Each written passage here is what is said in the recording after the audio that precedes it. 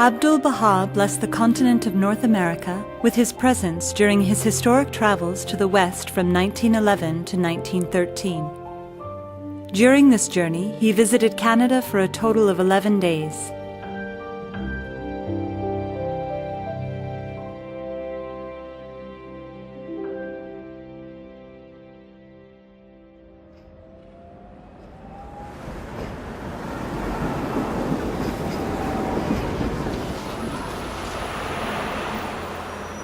Eight to 10 years ago, we were a community that maybe wasn't experiencing a lot of growth. We were comfortable with where we were. It was nice spending all that time and fellowship together.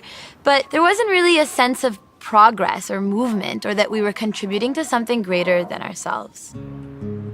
So 6 years ago, we held a meeting, a gathering, to really talk about this question of how do we grow. And we recognized that one of the things that we had to address or grapple with was the fact that we had gone through the sequence of courses as though it was a deepening tool, but it wasn't to help us build capacity.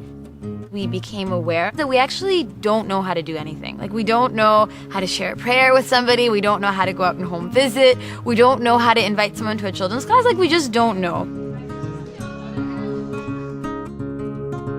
In the early days, very, very few of us had any experience. I remember in those days we would go into a bookstore and hang out in the religion section and talk to anybody who wandered by there. Or we would sit in a coffee shop with a Baha'i book in our hands, hoping somebody would ask us what to talk about. So we actually had to just start from the beginning and commit to actually going through the practices of the sequence. One of the very first things we did, as simple as it sounds, is that we committed to sharing 5 prayers with people that we knew within a span of 2 weeks. And this caused a lot of anxiety. There was emails going back and forth. I tried it this way, it didn't work. I tried to bring it up, I messed up on the prayer. It was hilarious, but it was really quite interesting that something so small, seemingly small, to share a prayer with someone was actually such a big step forward.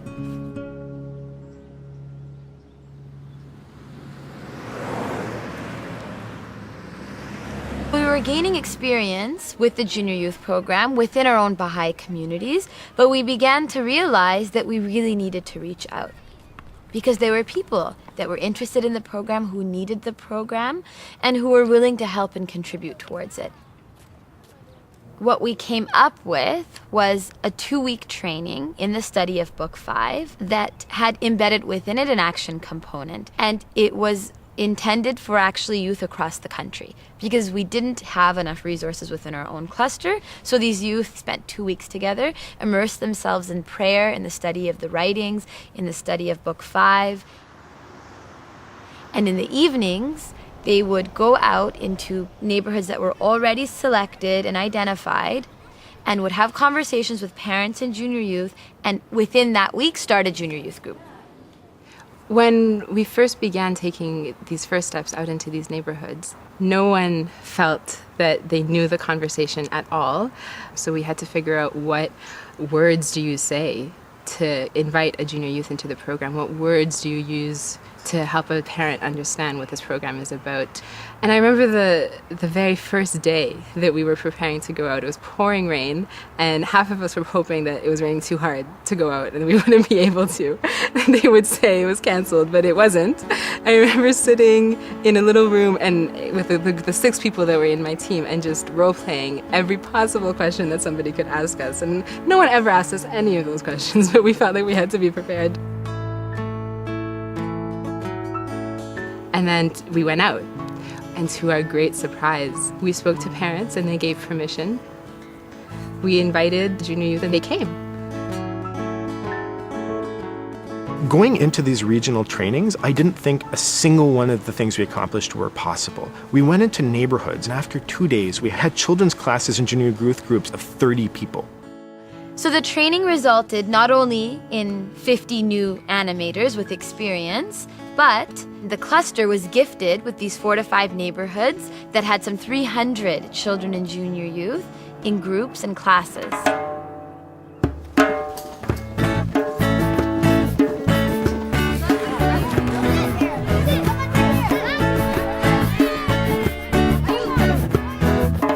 Years ago, I was outside playing with my friends. An animator was playing too, and while we were hiding from the person who was it, she introduced me to junior youth group, So I asked my parents. They said they agreed that it was a great idea. I joined and here I am.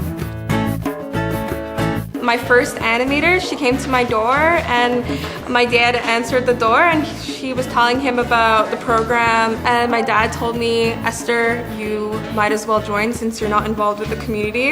So I was like, okay, I will. So I went to it and ever since then I never looked back. Our junior youth group brought a lot of people together that didn't know each other from before. I met lots of people who I didn't even know, and they lived right in my building or right in my school, and I didn't even notice them. It's a great place to make new friends. I made friends with him and his brother. I started coming over to his house. Yeah, we like it because we get to do different activities and we get to interact with other people in our community.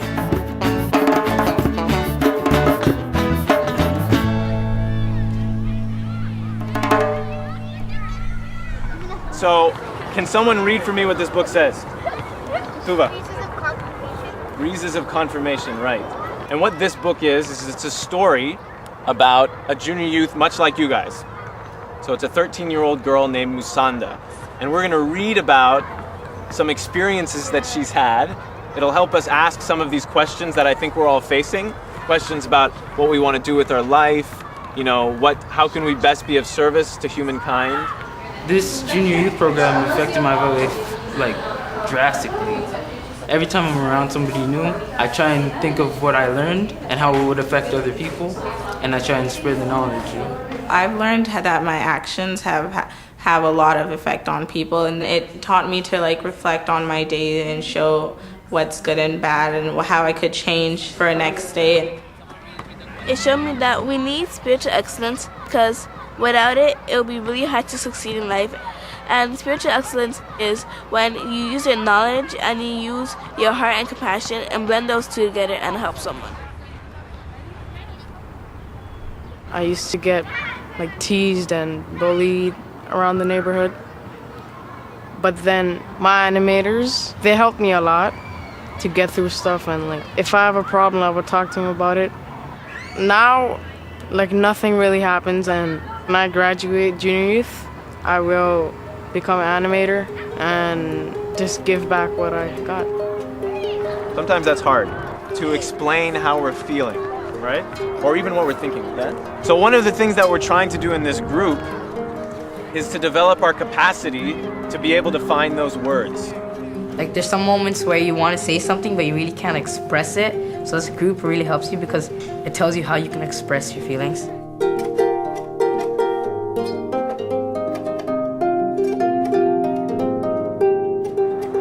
We want to think of something that we can do together for our community. Does anyone have any ideas about what we could do? We can provide service to our community. Service is very important because it helps others and at the same time it builds your character.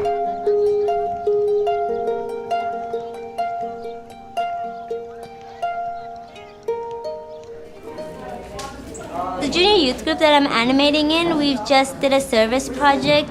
They wanted to show the community what healthy eating was and what's diabetes and how they can prevent it. These ones on the bottom is what you should do every day. Here's what you should do 3 to 5 times a week. Lots of people don't eat healthy now. And a lot of people have diabetes, which is a big concern. Many of our parents have diabetes.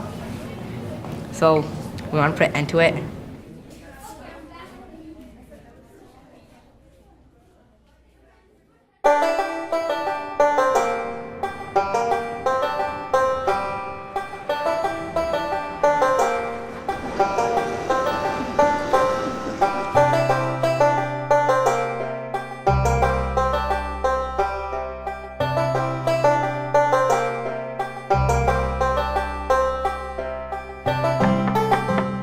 We've been working with strengthening children's classes in areas with very strong junior youth groups as a strategy to strengthen both activities.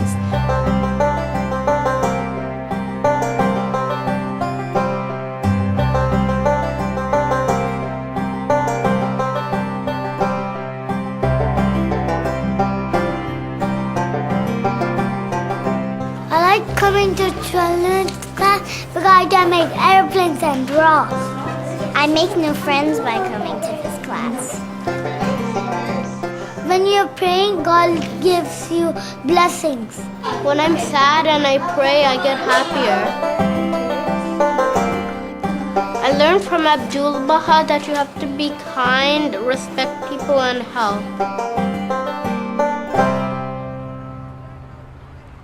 I see the changes in my daughter. Sometimes she comes and she teaches me you have to be more kind, more generous and sharing. So these are very small things, but it's so important for that age, because if they don't learn it that age, at that time, it's very hard to, develop that attitude when they grow up.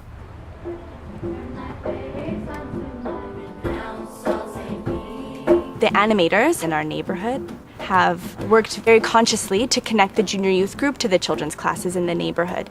So even early on in the junior youth group, they would learn songs to teach to the children and come and teach the children those songs. So over the years, the junior youth have slowly built their capacity to assist with children's classes. During one of our junior youth group days, we happened to be teaching the children's classes songs, and we were really into it and we really enjoyed it. The children also seemed to really like us, so the children's class teacher asked us if we'd like to come help out. Although we're focusing on junior youth, we're really finding that it's a way of engaging the whole family. If we have home visits with parents, if we try and engage the older and younger siblings, it's really a starting point through which we can actually engage a whole population and start to strengthen the core activities in a neighborhood and start building a sense of community.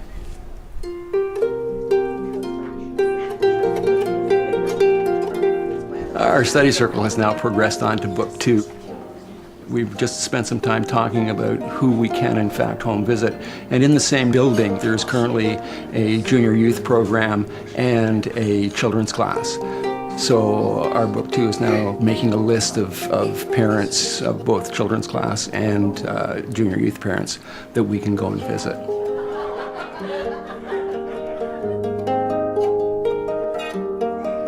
One of the reasons why we wanted to host this devotional is to uplift the spiritual character of our neighborhood. And because when there is prayer happening in a neighborhood, there are confirmations that are bound to happen.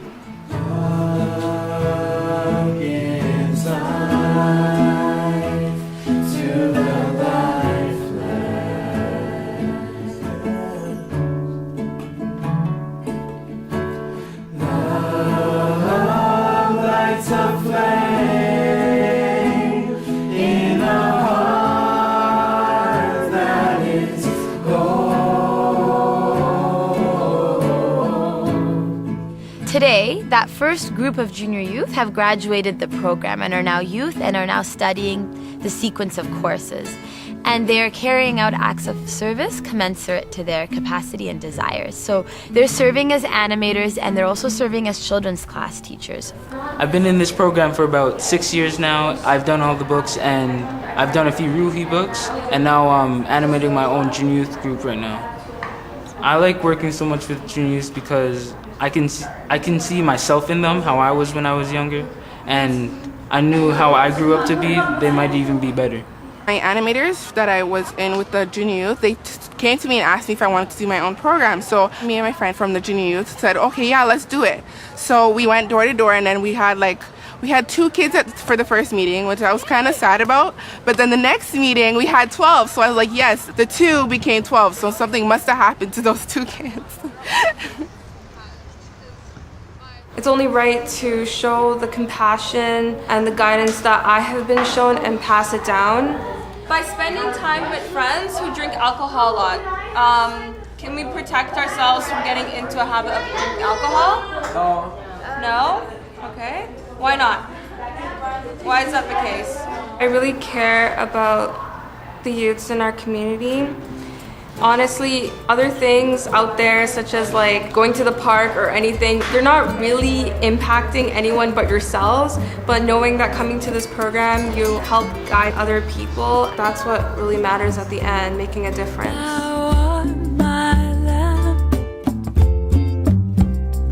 And my light is in thee. Get out from it thy way. This group of graduates of the Junior Youth Program are really propelling the Institute process forward by helping form junior youth groups, children's classes, participate in study circles, and of course, naturally, the number of core activities is increasing and the number of those participating is increasing, but also with respect to the quality, because it's quite a different thing to have youth that are indigenous to the community who have known the children in their neighborhood for years and years, now to be their animator and their children's class teacher. There's a lot of children in this community, so we are planning on creating a children's class. We used to have a children's class, but those children graduated into our present youth. So now we're gonna establish a new group.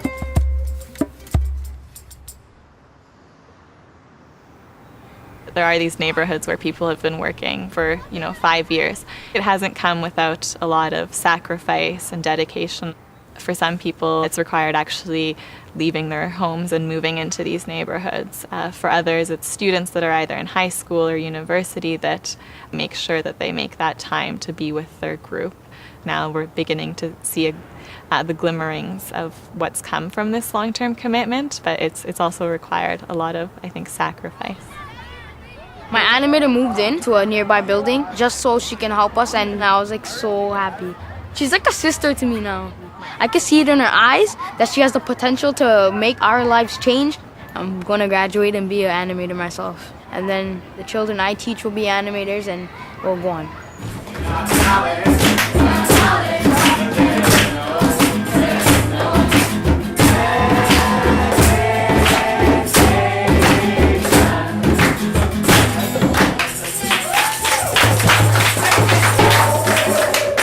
In our cluster, there's very little that's truly flourished and strengthened that's been the work of a single person. It's always a team of people that consult together, that encourage one another, that compensate for one another.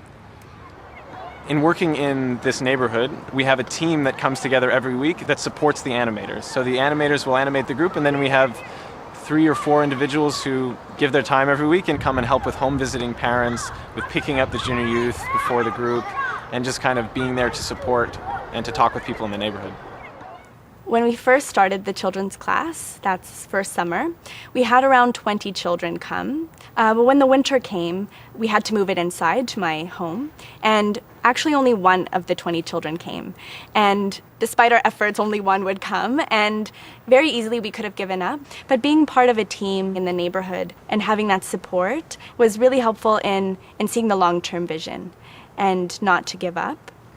Now, 4 years later, looking back, we've had around 50 children come through the program, and we have 2 strong classes, 5 of which have gone on to junior youth, which is also very exciting.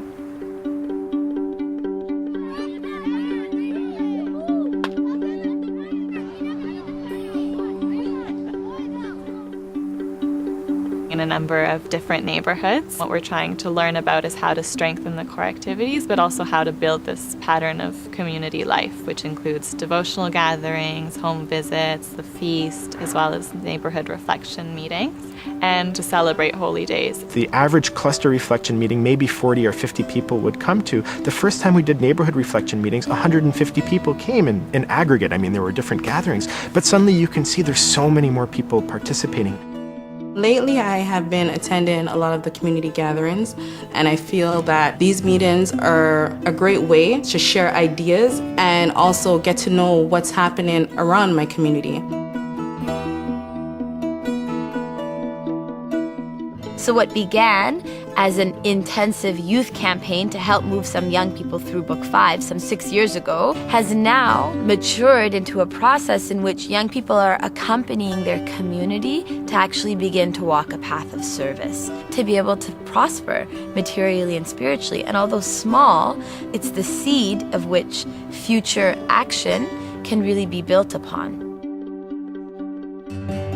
Because of these experiences, Toronto has been serving as a learning site, and we're accompanying junior youth coordinators from 10 other clusters to make similar advances, helping them to address the complex questions that arise out of the implementation of the program. Society says that we're kids and we can't really do much, and we think of ourselves as heroes and role models because we can do a lot if we put our mind to it. If you were here in this community 5 years ago, There was a lot of violence that was present in this community, but through the establishment of this program, the future generations were guided towards a more positive direction, and the service projects that they have done has impacted the community in a positive way, and presently you do not see violence in our community. If we just do this in our group itself, it's only going to change our minds. But if once I've seen people getting inspired and all the people joining in and us working as a team, I believe that we can make this place beautiful.